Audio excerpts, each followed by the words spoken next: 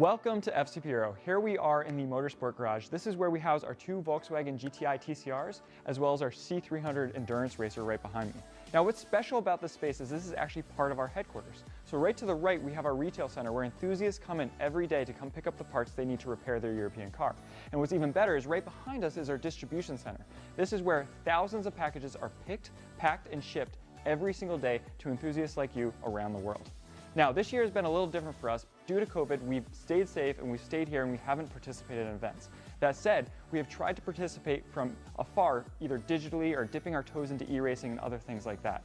Now, next year, we cannot wait to get back out into events and meet all of you in person. So if you just want to browse parts for your European car, or you want to learn more about our motorsports team, please head over to fcpeuro.com.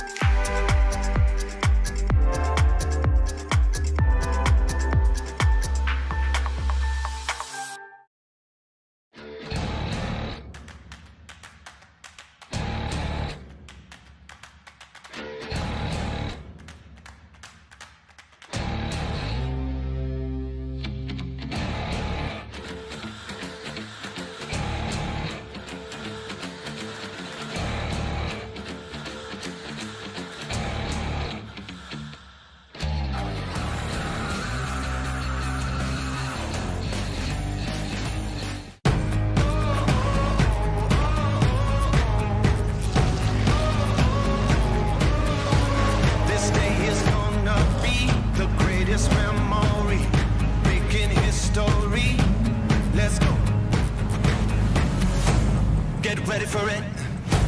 Get ready for it. Get ready for it. Yeah, this is it. Go! Go! Go!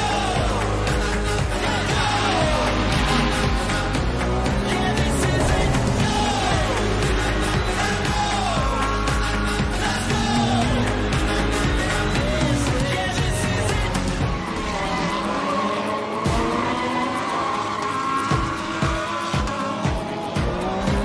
Yeah, it's about to break. Got what it's gonna take.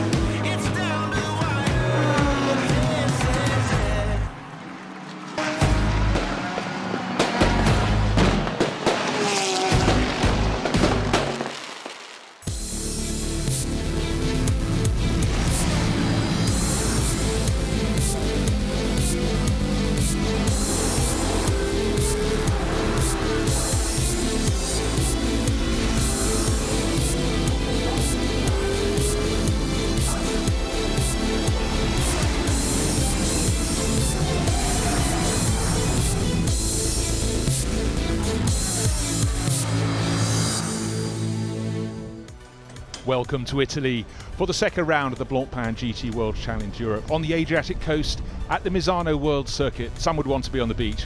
We want to be watching the racing action at the track. It was a clean start.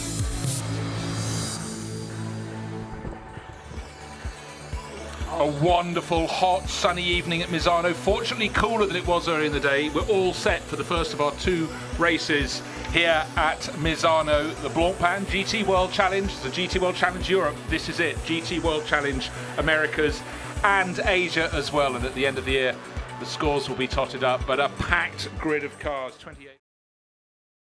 Of red lights, there they are in the middle. When we have the bulk of the field round the final corner, they will be turned to green. It looks a tiny start, 2 by 2, exactly as we wanted.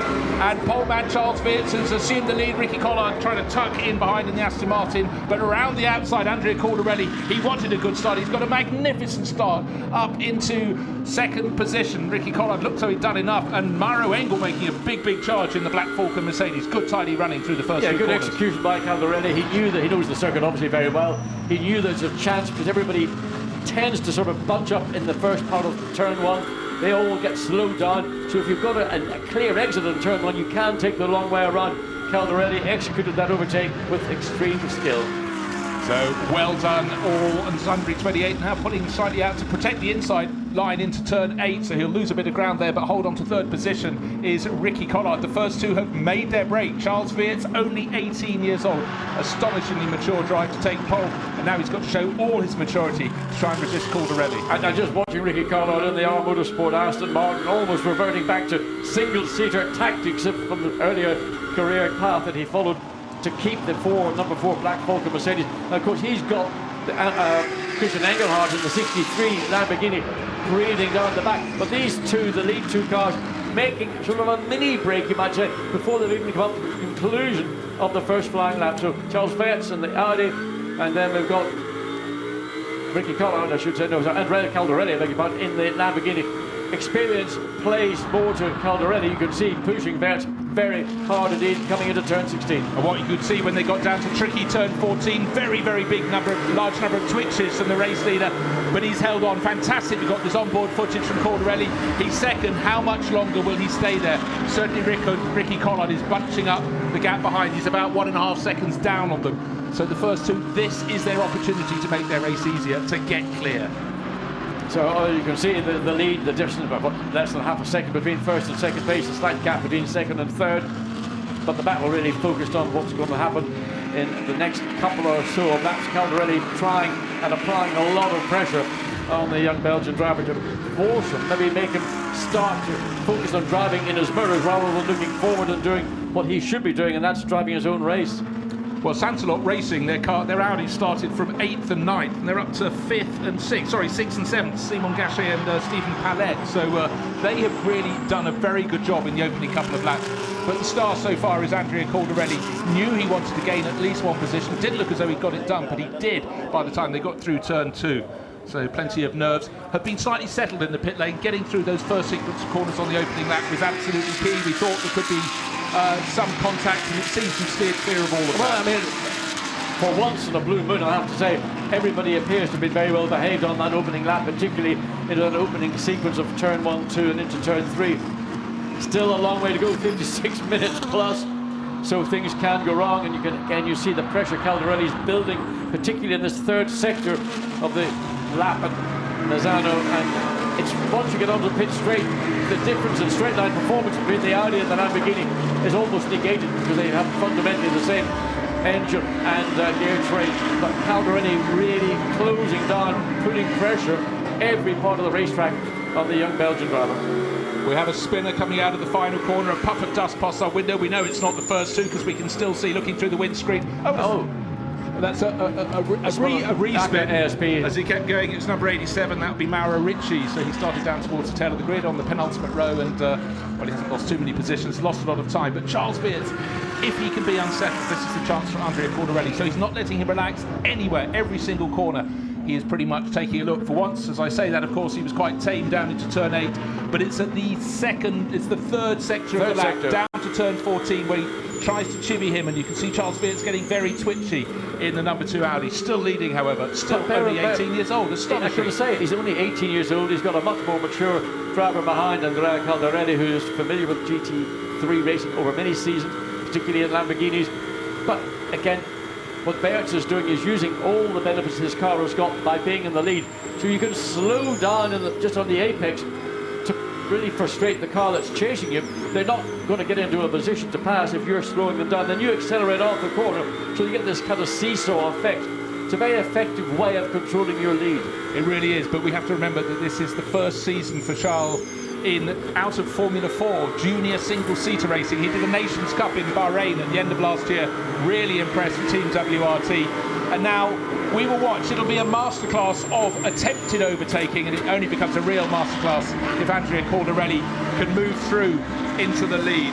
Hasn't managed it yet. Just looking down to see who's dominating in the Pro-Am class. It's Neil Stephen Hart. He's down in 16th position. And Topid Am is down in 21st. So there, oh gosh, as soon as I look at the time He's screen, trying to force the situation. Now he's got just about alongside, but he's on the wrong part of the racetrack. Now he's going to make the undercut.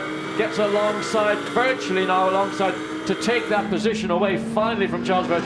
That is what experience gives you. The Beards can go the long way around if he feels he's got the speed. But if I was in Caldarelli's position, I would just let my Lamborghini drift out, force Beards to get out of the throttle, otherwise he's going to run off track.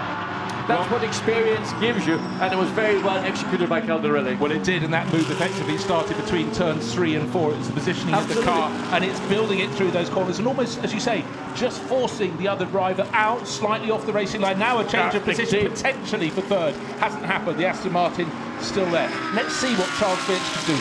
Can he get back onto the tail of the Lamborghini? The Lamborghini now in front, but Stoltz is absolutely flying in that black Stoltz is pushing Ricky Collard as hard as he can.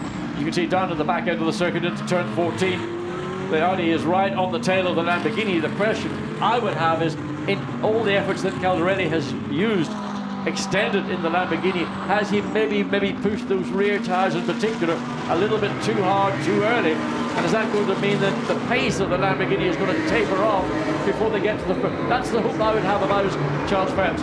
Behind Ricky Collard, being pursued by Lucas Stoltz, he's doing everything he can in the Aston Martin. Let's look again. Here's how the pass got finally done. And that's what you're going to be. You're going to be right fair and square alongside the car you're going to pass. And then you use that advantage